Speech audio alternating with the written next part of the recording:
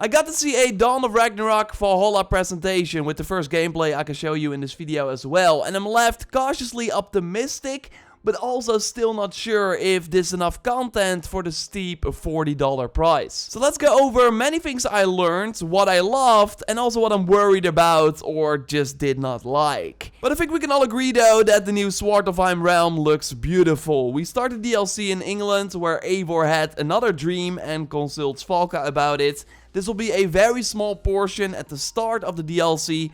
After that, we drink one of Valka's amazing potions, and this will transform us to this amazing looking world. We see the branches of Yggdrasil in the back all the time, cool looking dwarven statues, forges, distinct towers and buildings. I think it will be very awesome to explore this on the back of our new mount, which we by the way have to find in the world somewhere. And doesn't seem to be a guaranteed unlock like we saw in the previous expansions. Or we can traverse as a bird, kill a raven in Svartalfheim, and they can claim the power of the raven and fly like Sunin for 30 seconds to easily get to higher places, which will be nice instead of having to climb them all the time. And you can also pick a landing spot or an enemy and instantly assassinate them, which I can't wait to try out. After more than 300 hours, or a little more according to my PlayStation wrap-up, either way I'm excited that we can finally change the gameplay up in cool ways, and overall stealth seems way more viable this time. You can namely also claim the power of Muspel from some of the new Muspel enemies.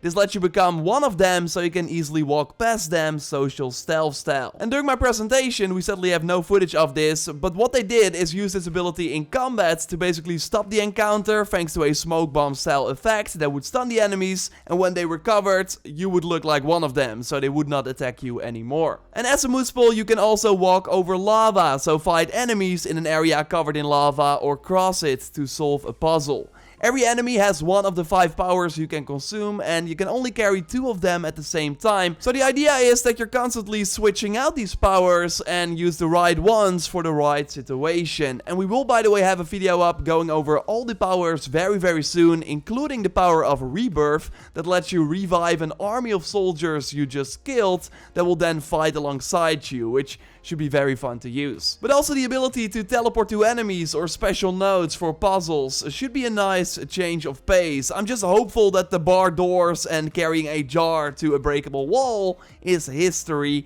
And then we have to think of new ways to get the brand new armor sets and weapons that, just like in the main game, will be obtainable through Wealth Chest. I especially love the look of the new hammer they briefly showcased, and this fire giant armor could be really cool, but no word on cool perks or effects, with leaks actually suggesting otherwise, like extra melee damage when your weapon is on fire. I really hope that Ubisoft is putting some of the cool Helix item perks in this $40 expansion as well. And there's way more to discuss. Of course, if you liked the video so far, then leaving a like on it would really help me out, and subscribe for way more Valhalla and Dawn of Ragnarok content like this. So while the Odin powers are exclusive to Svartalfheim, all the gear and weapons we earn in the realm can also be used in other regions of the game, so including the 4 add gear variants we find in the DLC. And we finally got gameplay of this new weapon type. Everything is recorded by Ubisoft by the way, so I wasn't able to figure out the combos myself, but the idea is that you should be able to choose an AoE slash as a finisher to hit multiple enemies,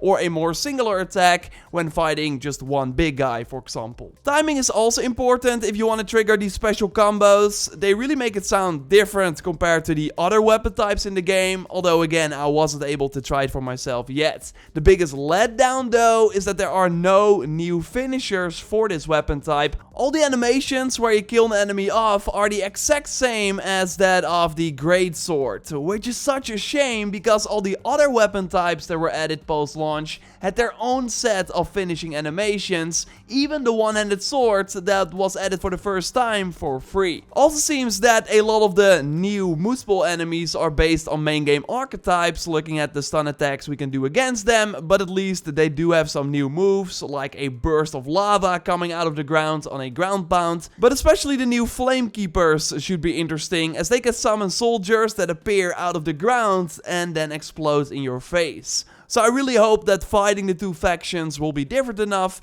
and next to that we have more mythical versions of familiar animals, like the boar we already saw in Jotunheim. So hopefully these animals have some cool new abilities too. I did not see much of the story yet. We know that we are looking for our son Balder, who is captured by the Muspel forces invading Svartalfheim. So we need the help of the dwarves because they know the realm like no other. One new open world activity is finding their shelters by looking for clues in the environment. And once unlocked, they also function as a fast travel point, I think, and just new hubs to trade and also upgrade our Hooger Rip to enhance the different powers, like extending the duration or learning a new way to use it. We see dialogue options in the B-roll, but I learned that there will be no branches in the story at all this time around, and that it's only for the immersion.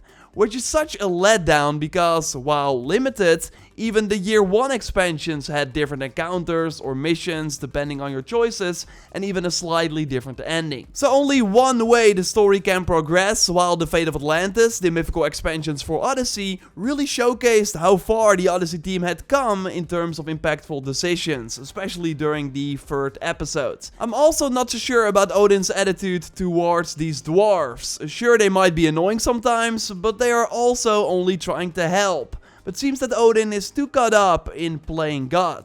If we're still by the dig site, you can probably see it. To the south. Modest little place, sitting atop a great bloody rock.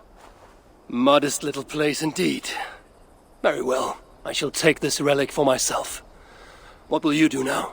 What's it to you, whatever your name is? If I find you have lied to the Lord of Asgard, I will want words with you. You?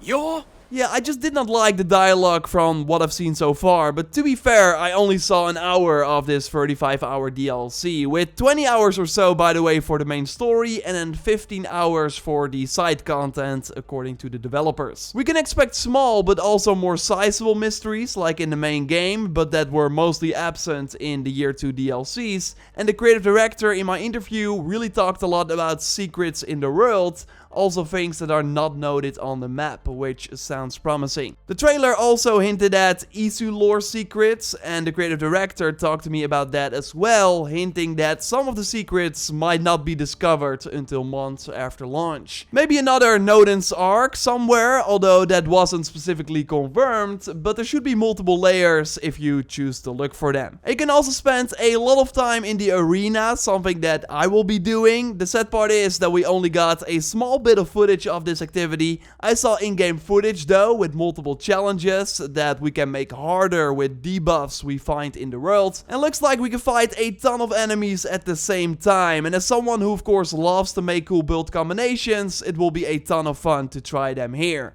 The only downside is that there's just one arena, so one location where we can fight these enemies in. Like, maybe you're already hearing it, but I'm setting my expectations right, especially after Wrath of the Druids and Siege of Paris that did not live up to the previous Season Pass expansions. Dawn of Ragnarok is made by the Curse of the Pharaohs team though, which is one of my favorite DLCs even of all time. So I really hope this delivers, but I think that if you like me are just expecting a fun new Valhalla adventure with some cool powers to change the gameplay up in some ways, then I don't think you will be disappointed.